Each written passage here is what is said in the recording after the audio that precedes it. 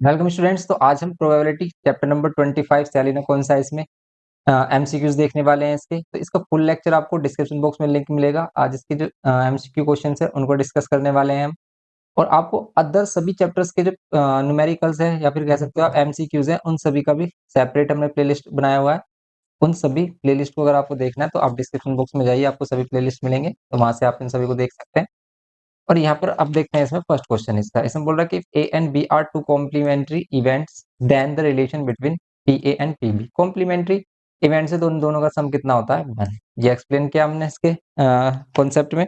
Complementary events का सम कितना होता है? 1 होता है। ओके। बी में यहाँ पर कह रहा है कि out of the vowels of English alphabet one letter is selected at random, probability of selecting the letter ओ।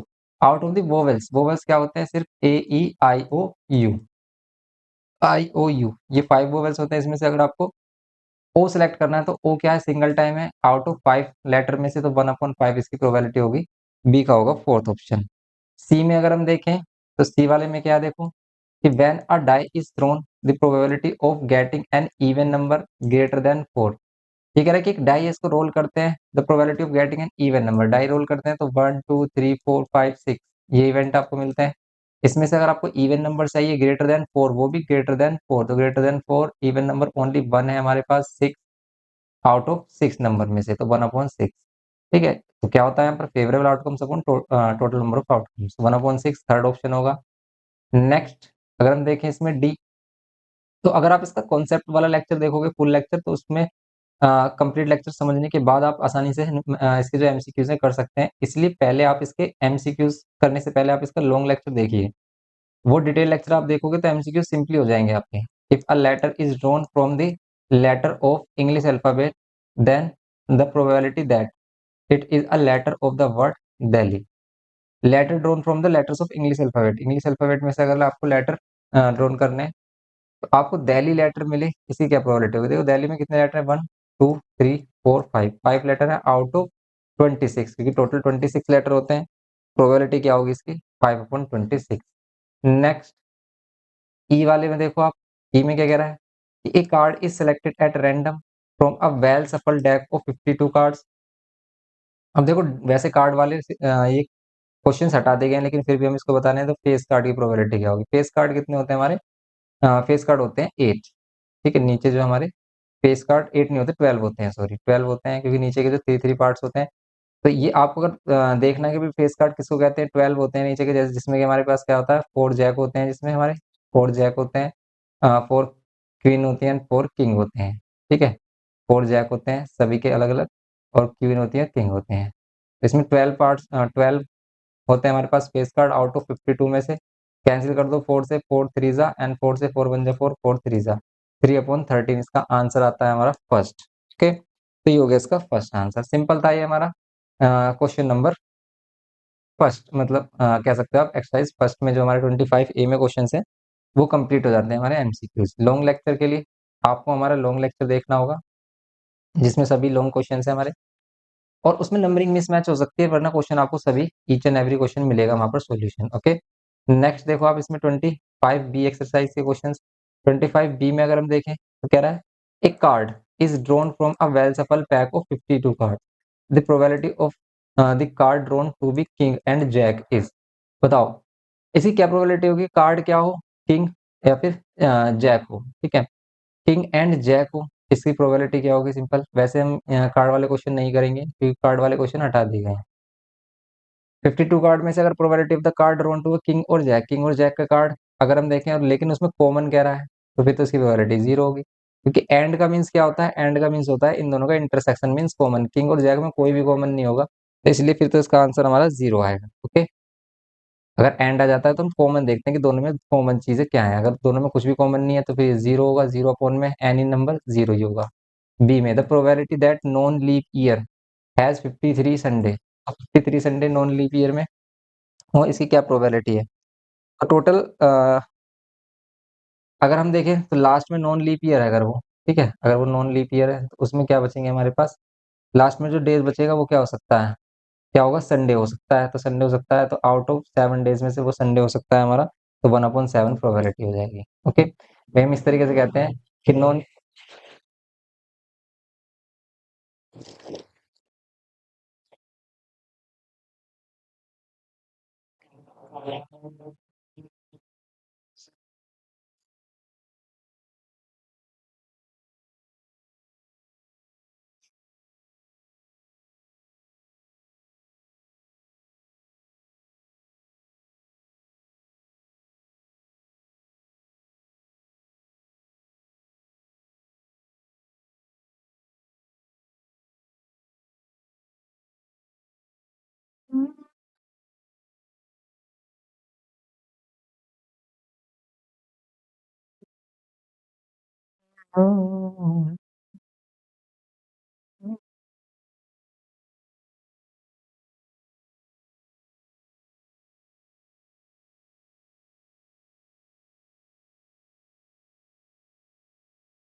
यहाँ पर नॉन लीप ईयर का मीनिंग क्या है? नॉन लीप ईयर का मीनिंग जो नॉर्मल ईयर है जिसमें हमारे पास कितने डेज होते हैं?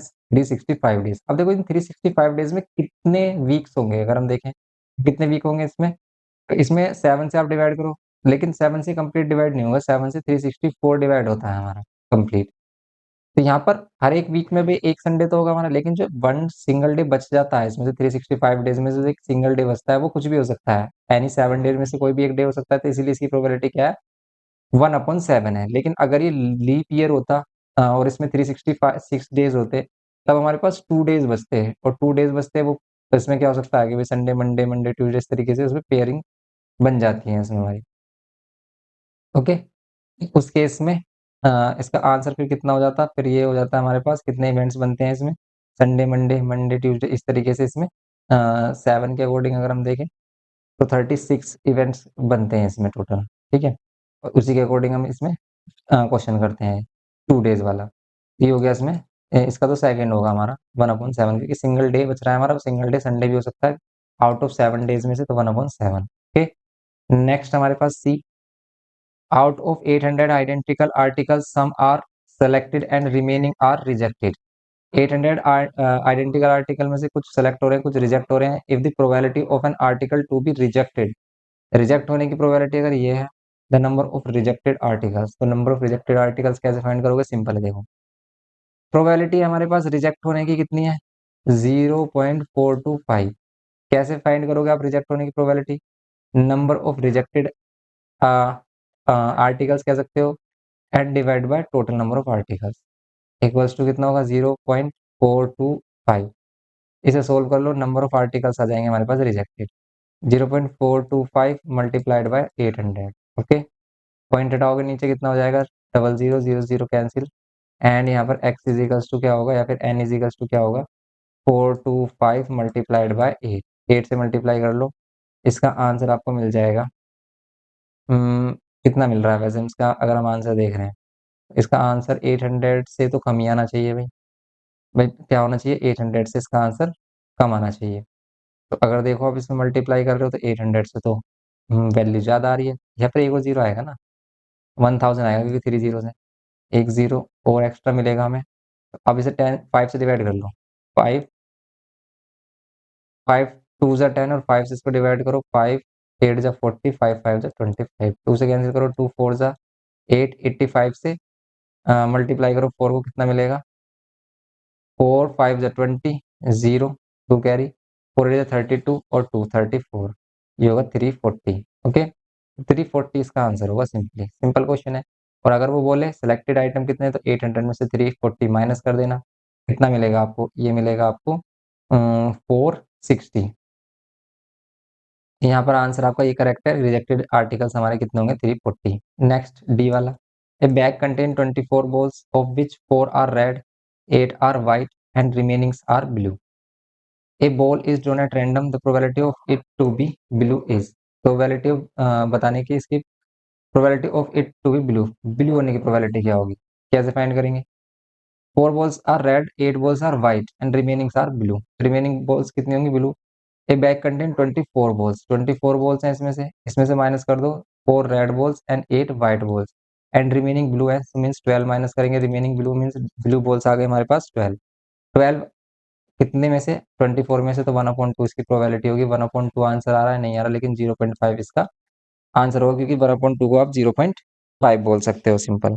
ओके, तो इसका हो गया 0.5। नेक्स्ट देखते हैं इसमें, लास्ट पार्ट इसका ए ये बोल रहा है N integer is chosen from the integer between 0 to 51। 0 to 51 में से आपको कोई इंटीजर सेलेक्ट करना है, the probability of it to be divisible by 6। ये 6 से डिविजिबल होगा, तो 6 से डिविजिबल 6 होगा।